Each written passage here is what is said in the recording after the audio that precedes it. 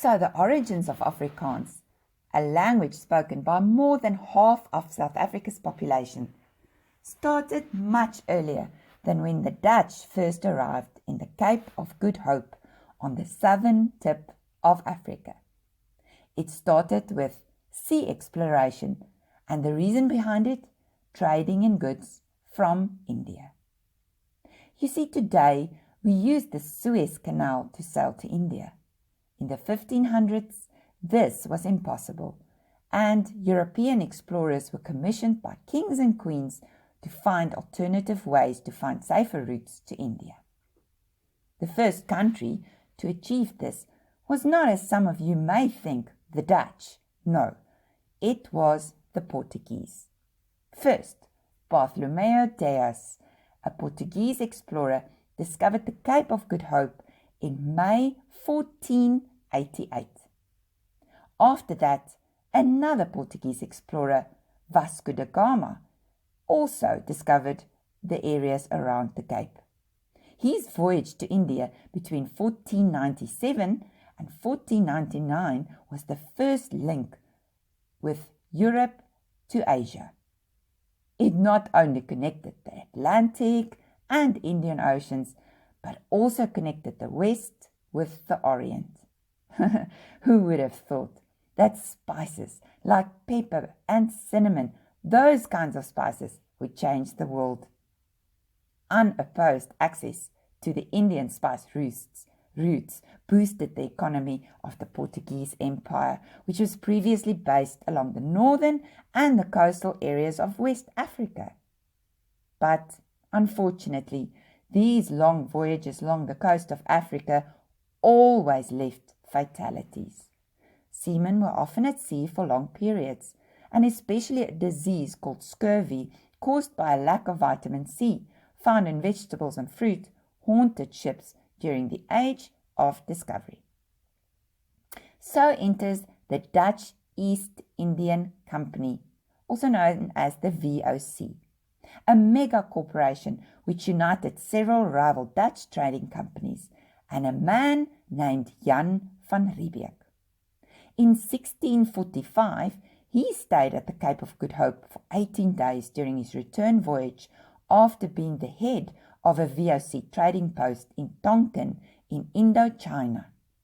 And although no one initially listened to him pleading to start an outpost in the southern tip of Africa, 2 years later support increased after a VOC ship was marooned and the people managed to survive in a temporary fortress there. Jan van Riebeeck volunteered to undertake the command of the initial Dutch settlement in the now South Africa. On 24 December in 1651, he left Texel in North Holland and sailed with 3 ships to the southern tip of Africa. On 6 April 1652, they reached the Cape of Good Hope, known as the current Cape Town today, with the ships the Dromedaris, the Goede Hoop, and the Reiger. At first, the Dutch did not want to colonize, but only provide fresh provisions for the VOC fleets sailing between the Dutch Republic and Batavia. Deaths en route were very high. An example of this was the Walfish and the Olifant, who arrived on 7 May in 1652, which had 130 burials at sea. For only 10 years, Jan van Riebeeck was the commander of the Cape. He was responsible for building the first fort, built with mud, clay, and timber, and had 4 columns of bastions. Jan van Riebeeck also improved the natural anchorage at Table Bay, and he planted vegetables, cereals, and fruit. He established training with the indigenous Khoi people, and he obtained livestock from them.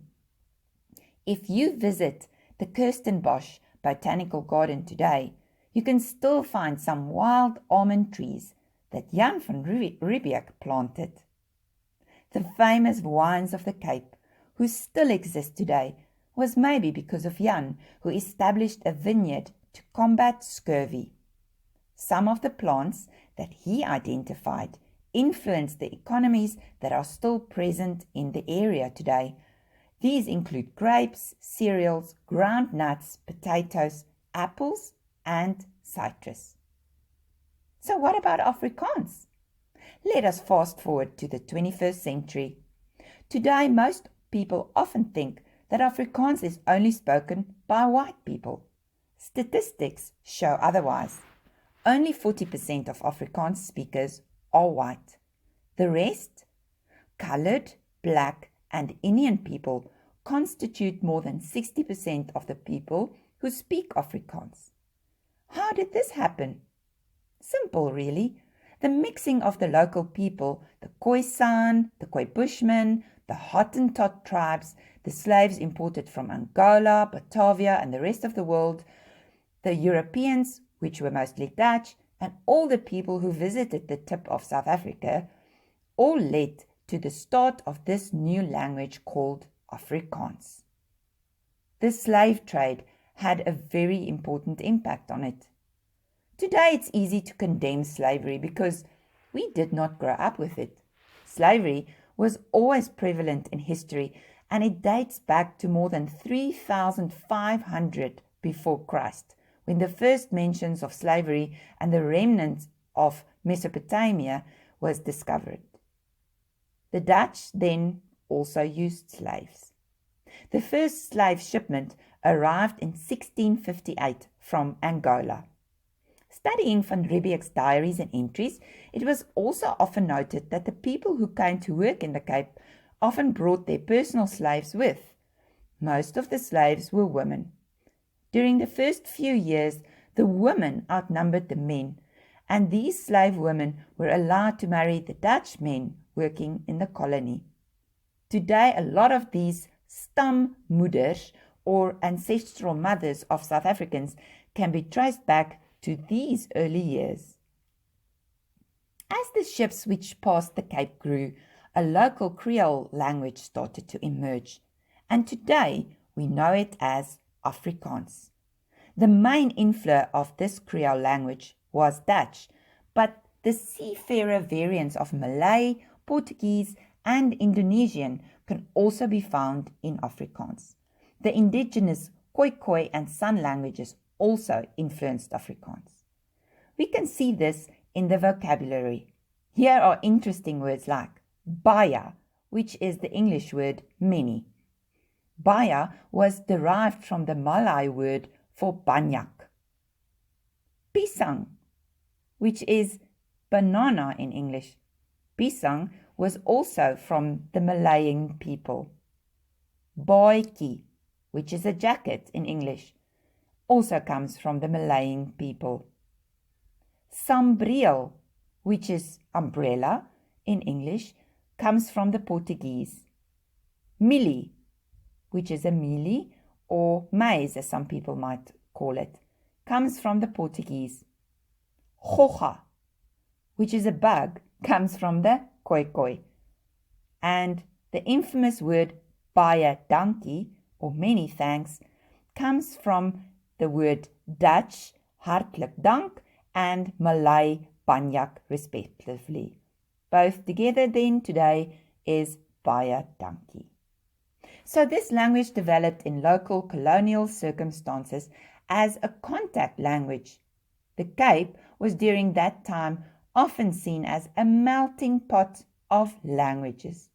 Ever since the Dutch traders and the indigenous Khoi first came into contact at the Cape, the local language Afrikaans started to develop.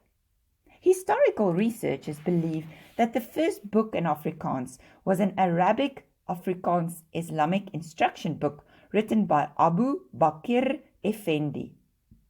The first attempts to translate the Bible into Afrikaans was made in 1878, when the Gospel of Mark was fully translated from Dutch into Afrikaans. Only on 10 November 1919, the Cape Synod of the Dutch Reformed Church decided that Afrikaans could be used alongside Dutch during church services. After that, the use of Afrikaans, written and spoken, rapidly increased. it was only officially recognized in 1925, and today more than 12 million people speak Afrikaans. And I want to leave you with a picture of the most famous Afrikaans people in the Cape.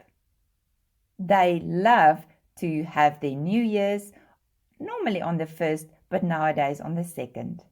And I hope that you enjoyed this discovery with me together about Afrikaans. See you next time.